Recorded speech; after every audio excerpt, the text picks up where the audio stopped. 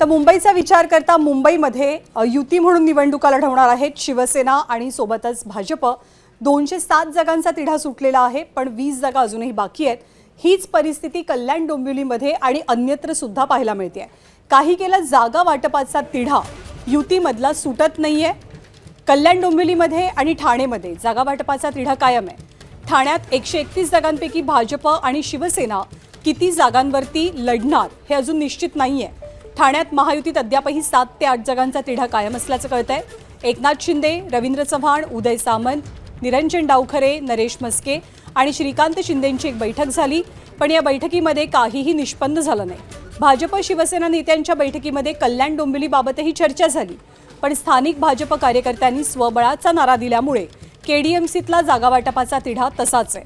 दरम्यान भाजप ठाण्यात एकनाथ शिंदेंना संपवण्याचा प्रयत्न करते असा आरोप ठाकरेंच्या शिवसेनेचे खासदार संजय राऊतांनी केलाय।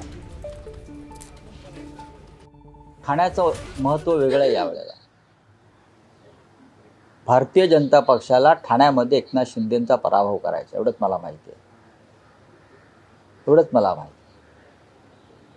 आहे। आणि त्या दृष्टीनं भारतीय जनता पक्षानं तयारी सुरू केलेली आहे।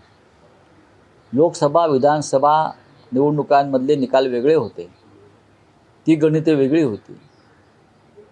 भारतीय जनता पक्ष आणि शिवसेना मनसे युती यांच्यामध्येच लढाई होईल, फाईट होईल। एबीपी माझा, उघडा डोळे बघा नीट।